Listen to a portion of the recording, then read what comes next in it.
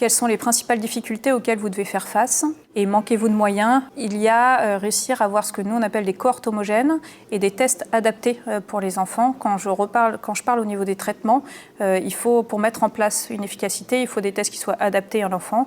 Les tests de QI ordinaires sont pas adaptés chez les patients ayant des gros problèmes de langage oral ou d'attention.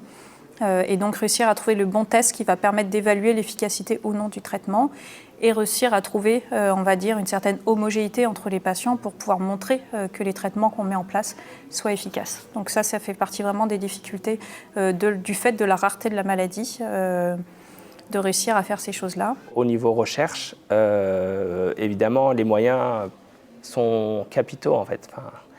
Plus on a d'argent, plus on peut avoir des projets de recherche ambitieux et plus les résultats arrivent vite et plus les projets ont une grande envergure et ont un impact plus important sur les patients.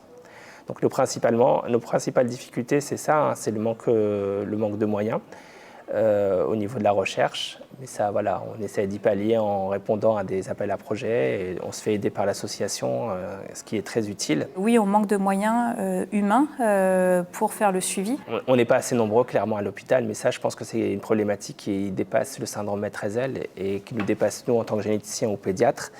Ce qu'on souhaiterait, c'est avoir plus de collègues qui travaillent avec nous, mais que ce soit des médecins, des infirmiers, infirmières, des paramédicaux, des ARC, des personnes qui s'occupent de la recherche clinique, etc. Dans les discussions qu'on a eues avec l'association, il y a quand même beaucoup d'endroits où il y a peu de médecins qui connaissent les maladies rares, qui prennent le temps de s'informer sur les maladies rares avant la consultation ou au moins au décours de la consultation.